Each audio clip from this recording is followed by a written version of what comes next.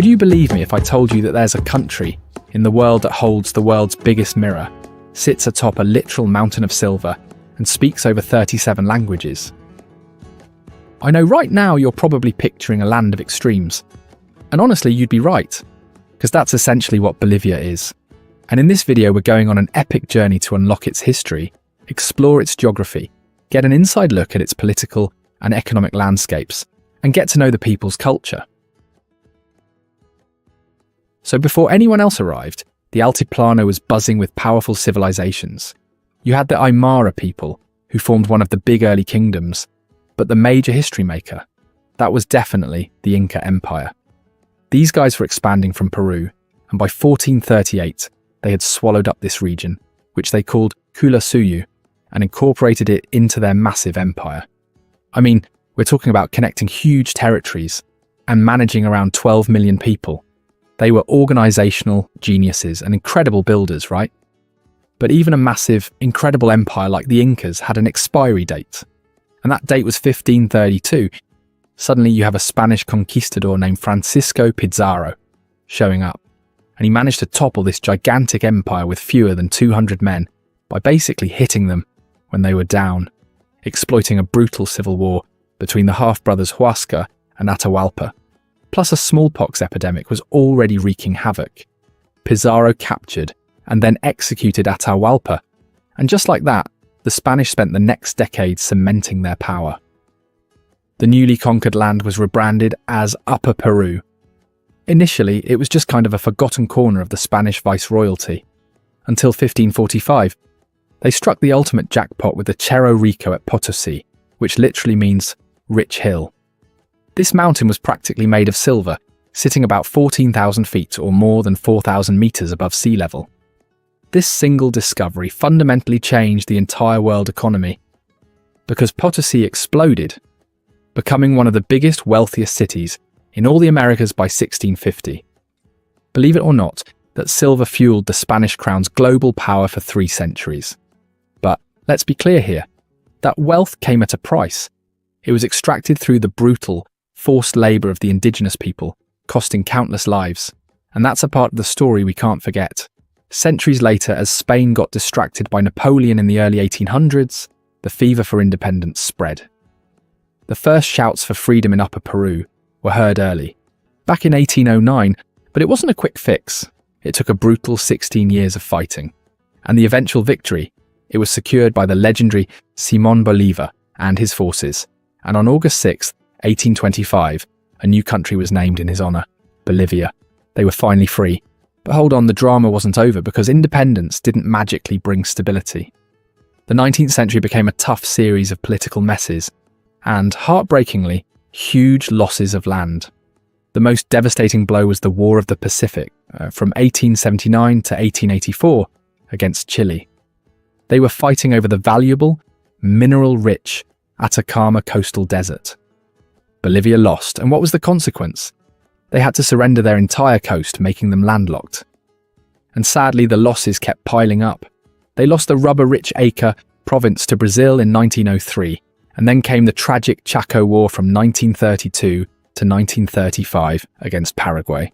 Fought over a remote, difficult territory, it was a total disaster that saw huge casualties, especially among the ill-equipped indigenous conscripts from the highlands. In the end, they lost even more territory. But here's the silver lining. This devastating defeat woke people up. It created the Chaco generation, a group of veterans and citizens who were suddenly highly politicized and absolutely demanded real change for the country. That intense hunger for change finally erupted in 1952 with the Bolivian National Revolution. Led by the MNR party, also known as the Nationalist Revolutionary Movement, and Victor Paz Estensoro, the people successfully overthrew the military regime. And with their victory came huge, sweeping reforms like universal adult suffrage. They also nationalized the tin mines, and they implemented massive land redistribution. It was an intense 12-year period where the country tried to modernize fast. But you know how it goes in politics. That period of reform was eventually derailed. So from 1964 onward, the country was battered by repeated military coups and uprisings.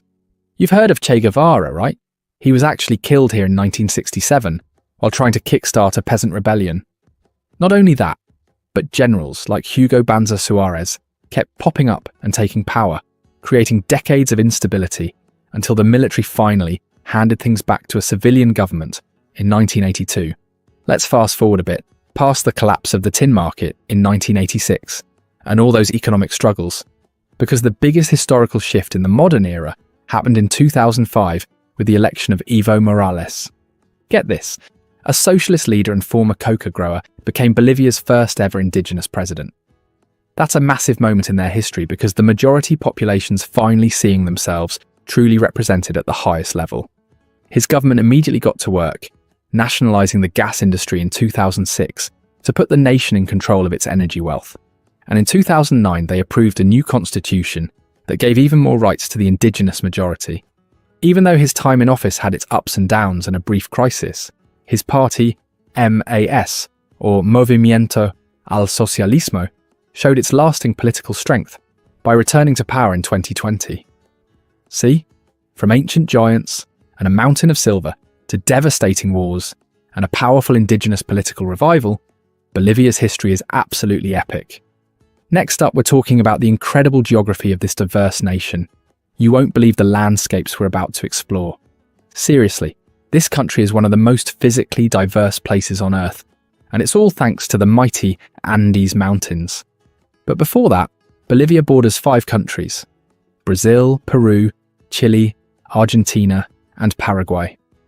Plus, it's got an area of about 424,000 square miles, or 1.099 million square kilometers. Now that we know its neighbors, we can step inside this country and break down its 3 distinct geographical zones. Our journey begins way up high in the western part of Bolivia, which is dominated by the colossal Andes Mountains. Here, sandwiched between the main eastern and western mountain ranges, is the Altiplano. This place is a record breaker. It's one of the world's highest inhabited regions, running for about 500 miles, or 805 kilometers, and sitting at altitudes from 12,000 to 14,000 feet, or 3,660 to 4,270 meters above sea level. Can you imagine living and breathing up there? That's why the major economic engine here is mineral wealth. Places like Potosí and Oruro sit near rich deposits, fueling Bolivia's economy. Right up on the northern border, you'll find the stunning Lake Titicaca, and it's often called the world's highest lake navigable by large commercial vessels. Sitting at around 12,500 feet, or 3,810 meters. This lake is crucial, as the area around it is the most populated and agriculturally productive part of the high plateau, home mostly to the Aymara and Quechua people. And speaking of extremes, if you head south on the Altiplano, you hit the Salar de Uyuni. This is the world's largest salt flat, covering over 4,086 square miles, or 10,582 square kilometers. It's a vast, flat, surreal landscape that becomes the world's biggest natural mirror when lightly covered with water. It's truly mind-blowing. Now, as you start to descend the eastern slopes of the Andes, everything changes. You move into a transitional zone known as the Yungas and the temperate Vaz. Altitude drops dramatically here. The air is warmer, the climate is temperate, and suddenly you have an agricultural paradise. But that's not all. This is also where they grow cash crops like coffee, cacao, citrus, sugarcane, and, famously, coca. Besides those, this zone is also home to cities like Cochabamba, Sucre, which is one of the 2 capitals of Bolivia, and Tarija. They thrive in these milder valleys. Finally, we hit the lowest, vastest zone, the Llanos, or the tropical lowlands, covering more than 2/3 of Bolivia. You're now firmly in the heart of the Great Amazon River Basin. Major rivers, including the Mamoré, Beni, and Madre de Dios, flow through here, acting as essential waterways. And in terms of the climate, it's pretty hot, humid and tropical. Much of this area is sparsely populated and still largely undeveloped, featuring huge stretches of rainforest, open grasslands and wetlands. But there are massive exceptions. For instance, the city of Santa Cruz, the largest and fastest growing city in Bolivia, is located right here in the Llanos. It's a huge centre for petroleum and natural gas industries, and a major agricultural hub, especially for livestock. So turning now to the political tension, it's absolutely boiling over, and it's all wrapped up in a deepening economic crisis. Let me tell you more about that. The ruling Mas party is essentially at war with itself. You've got the current president, Luis Arce, facing off against the former radical party leader, Evo Morales. While Arce seems to have the upper hand after a late December court ruling that barred Morales from ever running again, the fight is far from over. Morales still has enough followers to instigate massive protests, which raises the risk of social unrest disrupting business operations. And politically, this mass split is crippling. Neither faction nor the right-wing opposition has enough votes in Congress to pass any real legislation. We are talking about extremely high governability risks. Now, that high political risk is combining with a terrifying financial picture. The main problem is that the country's dollar reserves have run out, so they can't maintain the fixed exchange rate of $6.96. Back in 2014, when the commodity boom was at its peak, the central bank had foreign reserves worth $13.46 billion. By 2022, that had plunged by an astonishing 94.7% to just $709 million. And now those liquid reserves are down to what they call the tens of millions. So if you can't back your money with real dollars, what happens? A black market, or what they call a parallel market, explodes. That's exactly what's been happening since early 2023. On the street, a dollar trades for somewhere between 15 and 18 Bolivianos. Think about that. It's more than double the official price. It means the currency is likely to just break, or devalue, in an uncontrolled way. And that's a huge danger for all their banks. And what does that do to regular people? It drives inflation absolutely crazy. Imagine your money suddenly buying less and less. That's the brutal reality. Officially, inflation hit 15.5% just in the first 6 months of 2025, already more than double the yearly goal. So when you look at the whole year, prices are up over 24%, the highest they've been in 4 decades. Food prices alone, up a massive 38%. Hygiene products, a huge 41% spike. So the worry for the average Bolivian is simple. How am I supposed to make my money stretch when everything costs so much more? It's a tragic flip-flop from the good old days. When Evo Morales first took power in 2006, the whole country's GDP was only $9.55 billion, and almost 60% of people were poor. By 2019, the economy had ballooned to $40.29 billion, and poverty had dropped dramatically to just 34.6%. Pretty amazing, right? Except critics say it wasn't because of his clever rules. It was just a fortunate wave of cash from high global prices. And as of April 2025, the GDP is at $56.34 billion. And while that's an improvement, it's still not enough. So how do you fix it? You have to fix the resource policies. Their old moneymaker natural gas is drying up. Why? Because the government's rules basically kicked out all the private investors back in 2006, and that was the beginning of the end for the gas boom. But there's a new treasure: lithium. Bolivia is sitting on what many believe is the single largest deposit in the world, buried under the Salar de Uyuni. We're talking an estimated 21 million metric tons of this metal that powers our phones and electric cars. But getting it out is the problem. The government decided the state-owned company, YLB, had to control everything, often rejecting foreign investment unless they agreed to really rigid terms. So, while their neighbours Chile and Argentina have been able to cash in on the boom, Bolivia's massive lithium wealth remains mostly untapped. That's why the 2025 election isn't just about who wins. It's a giant vote on this whole way of doing business. So, the next leader has got to make the tough choice. Finally unlock that huge lithium wealth and revive the gas industry to put some muscle back into the currency once that inevitable devaluation hits. But stepping away from the political chaos for a moment, let's look at the heart of Bolivia, its people and its culture. It's a fascinating, complex place where tradition and modernity are constantly rubbing up against each other.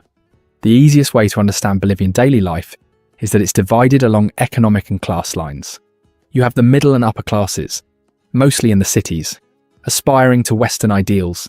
They're at the malls, the supermarkets, the flashy discotheques, and hooked up to satellite TV with all the telenovelas and game shows.